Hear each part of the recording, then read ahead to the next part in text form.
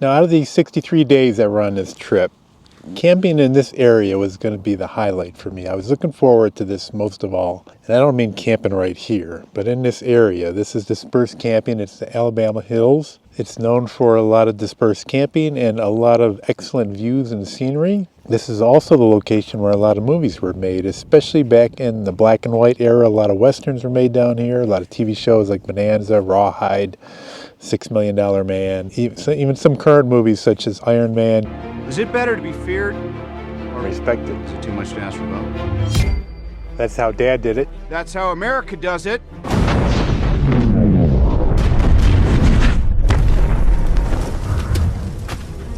Tremors, Gladiator, way back to Gunga Din, if you remember that. And that's a movie that I remember my father bringing up, but I had never seen it myself. They call this Movie Road, and the road is right in front of me, and it's named this way because a lot of movies have been filmed down here, specifically westerns. You can also camp down here. This is BLM land, and it's free camping dispersed throughout the area, and it's very pretty. You have the Sierra Mountains in the background. You can see Mount Whitney from here.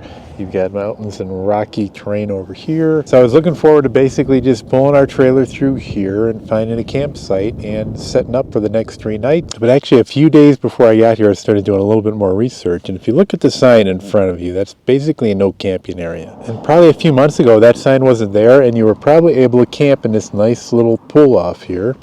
And there was a lot of little sites like that. There's the one across the way. And as you go down Movie Road, there is a bunch of little pull offs. Well, it looks like they have changed their policies here, and there's still dispersed camping. To get to it is a challenge. What we did is we brought the trailer down in here. We started going down the road. It goes from asphalt to dirt in a hurry. And as we started going down the road, we started seeing some signs, and it said you had to look for the camping sign, basically without that red line through it. We started our search for a campsite, and you could see some campers off in the distance. You could see some tents off in the distance, and we thought, well, we're in the right area and maybe we'll get lucky. So off of this dirt road are many other little arteries of other dirt roads to take where there could be dispersed camping, but you don't know until you see one of those signs, and you could be halfway down the road and then you'll see a red dash through it, and I'd have to back the trailer out. So then I got out on foot and started walking. And I would check little arteries here and there of dirt roads, no luck. And then I would find some areas where I did see campers, but those areas were full. And if I were to even try to pull the trailer down there, it was such rough terrain, you really needed like a four-wheel drive overlanding type vehicle if you were going to get a camper back there. Now I got tired of walking down these paths. It wasn't terribly warm out, but I got tired of putting a lot of steps on my Apple Watch, so I ended up pulling my e-bike out of the back of the bed of the truck. Covered a lot more territory that way. Long story short, it appears that we were not going to have luck finding anything here, and I was very disappointed because I really wanted to stay back in here. It's just unique terrain. It's got unique views. It's just a really cool place to set up camp. Just disappointed that we would not be able to set up our trailer here. So it was getting late. It took us 5 hours just to get here. We left Sequoia National Park. We probably searched around for a campsite for a good hour and a half with no luck. So now we're pushing 7 hours that we've been on the road.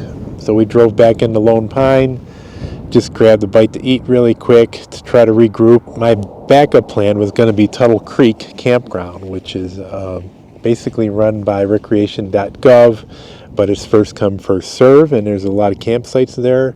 It's not too shabby of a place. It's basically you park for $10. There's no hookups. You get a picnic table, you get a fire ring, and you get a pole with a hook on it for your lantern. The campsites are spaced apart fairly well, and you do still have a great view of the Sierra Mountains in the background. That is what we opted to do. We got there, and there were some campsites available. Actually, I saw the camp host as soon as we pulled in. He was out doing something. I just shouted over to him if there were openings, and he said there were plenty of openings. I said, do you have any good recommendations for a campsite? And he told me number 43. So he went and got number 43, and it's not too shabby. So all in all, I kind of wish we would have been back here. Judging from the available campsites that there are, most of them were taken, and the other ones I just never would have got the truck nor the trailer back there. So we're in a good spot. We're in a safe spot.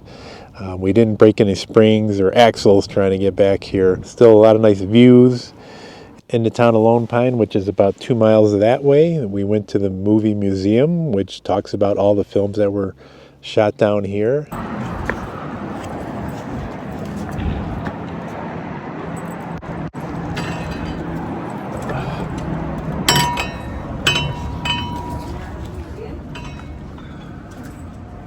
Hi. Hello. Did you guys want to visit the museum today? Sure. Yes. We do ask for an $8 donation per person. As you heard there, it's an $8 donation for each adult. Pets are allowed, so Willow was able to hang out with us. In addition to having a lot of movie memorabilia, they also have a lot of props, a lot of hardware that was used to make movies way back when. Movie projectors, film cameras, also dollies and rigging, and of course a complete history of all the movies that were shot back in the Alabama Hills.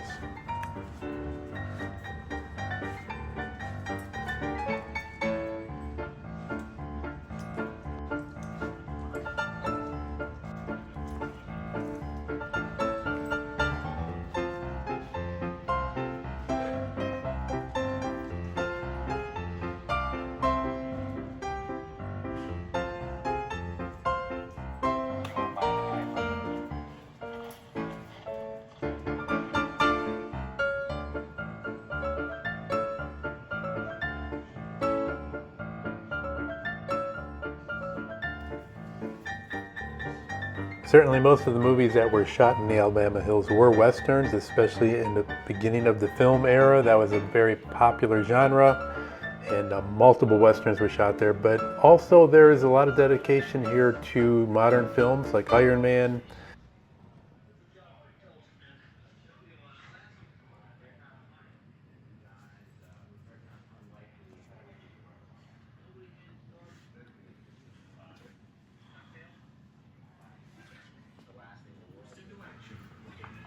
The movie Tremors, which was shot in the 1980s. There are some shout outs to other movies, science fiction movies like Star Wars and Star Trek. Although I don't think Star Wars was shot here in the Alabama Hills, there were portions of it shot in Death Valley.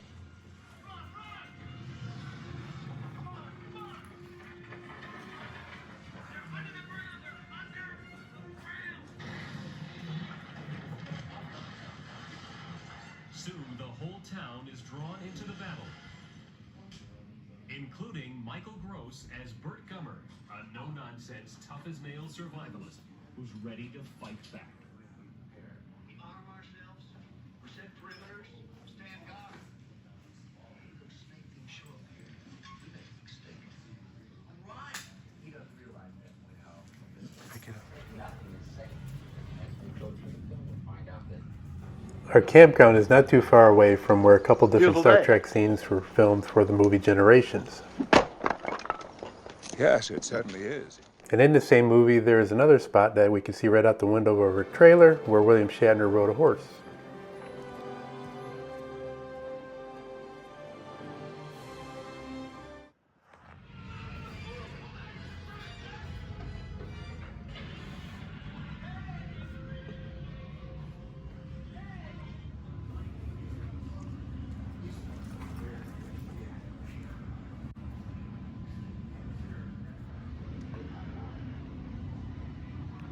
The museum also contains a little theater that shows a movie about every half hour on the movies that were shot in this area, and also the museum itself.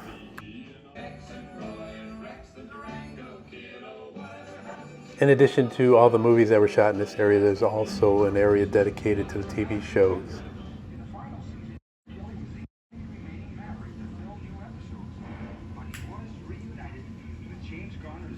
Pick that up. Huh? I think for the $8, it is definitely worth the stop, and you'll learn something in the process.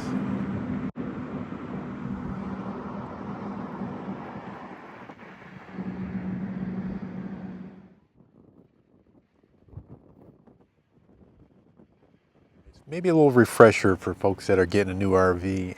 We've been out here for 3 days, and we've had some pretty sunny days today, not so much, a little cloudy back here over by the mountains. Supplementing our solar right now with some external panels. Now we do have panels up on the roof, 440 watts are up there. This will add another 200 for us. The way this is hooked up is when you buy a trailer, there is a little port located a lot of times on the side of your RV or inside a little compartment like over here. And some call it solar on the side, some call it solar on the go.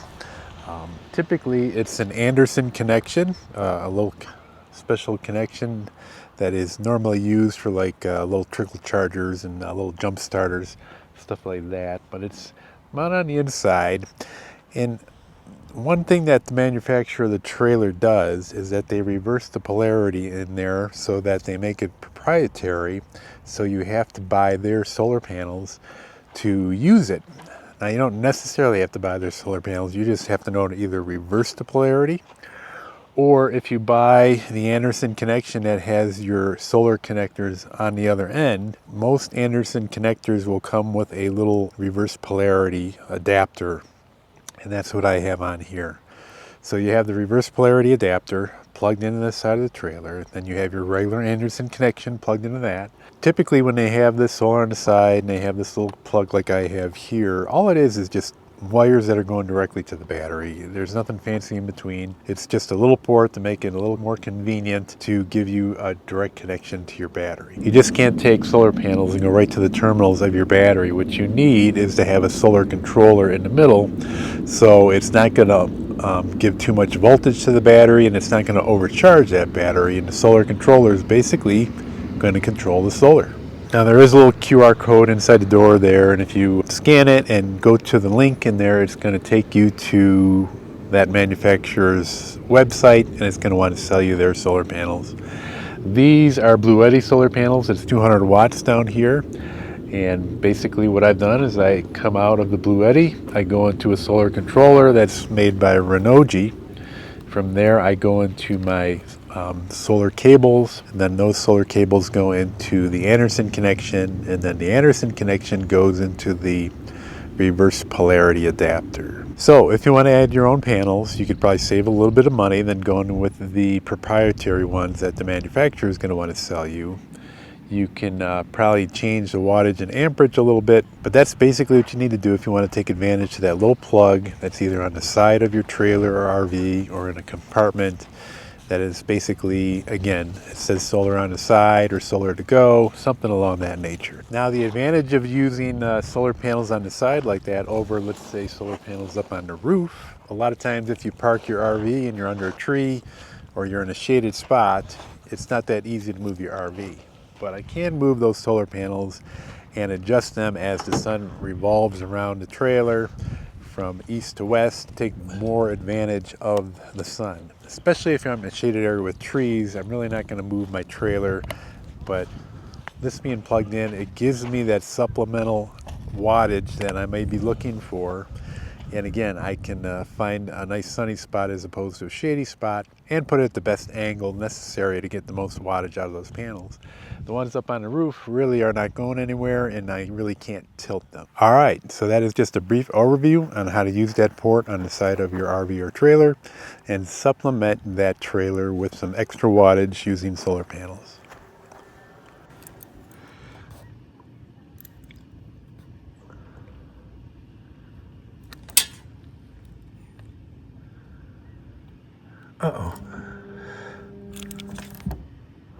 So periodically I will lock our power station or our e-bike or both to the trailer if we're not going to be around and I don't want to really fold up the bike and put it away. Well, my little cable lock just broke the key. Now the cable is not terribly beefy, it's just there to deter somebody from quickly taking the bike. I'm sure if they had a good set of pliers or wire cutters, they could probably cut the cable. And this is the beefiest of the wire cutters that I have.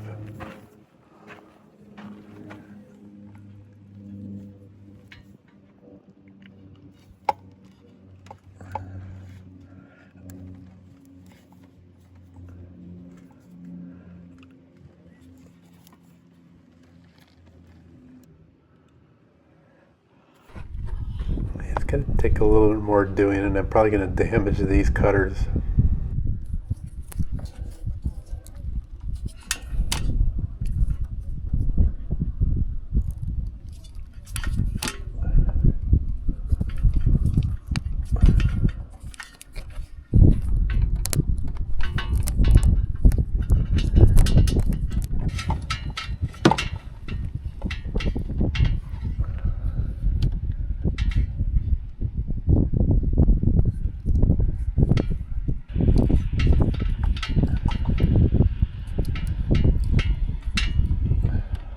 It is nice to know that these cables do hold up pretty well when it comes to simple wire cutters, but unfortunately, it's the last time I'll be using it.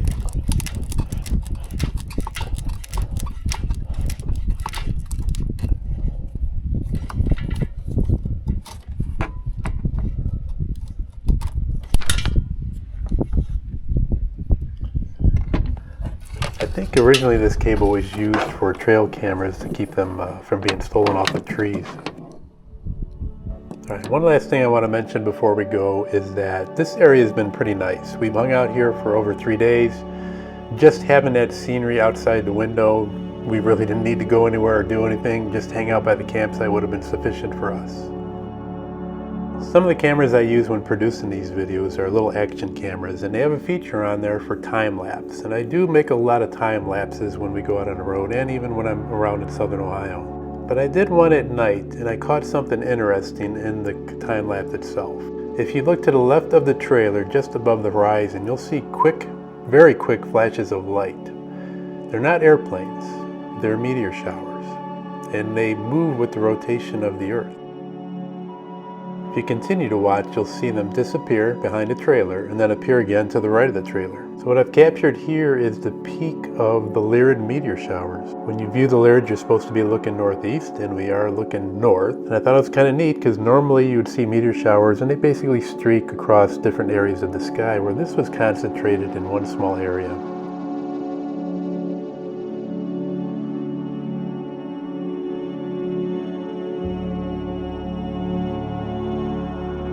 So if you find yourself heading over to Yosemite or Fresno or Sequoia National Forest, this is a worthwhile stop. Maybe for some people not 3 days, but definitely I would check it out. From here we're going to continue moving east on our trek slowly towards back home, and we'll be stopping in Death Valley. But for now, I appreciate everybody watching. Hope you enjoy and subscribe to these videos. Click on that little bell when you want to know when a new one is coming out. And keep an eye on us. Take care, everybody.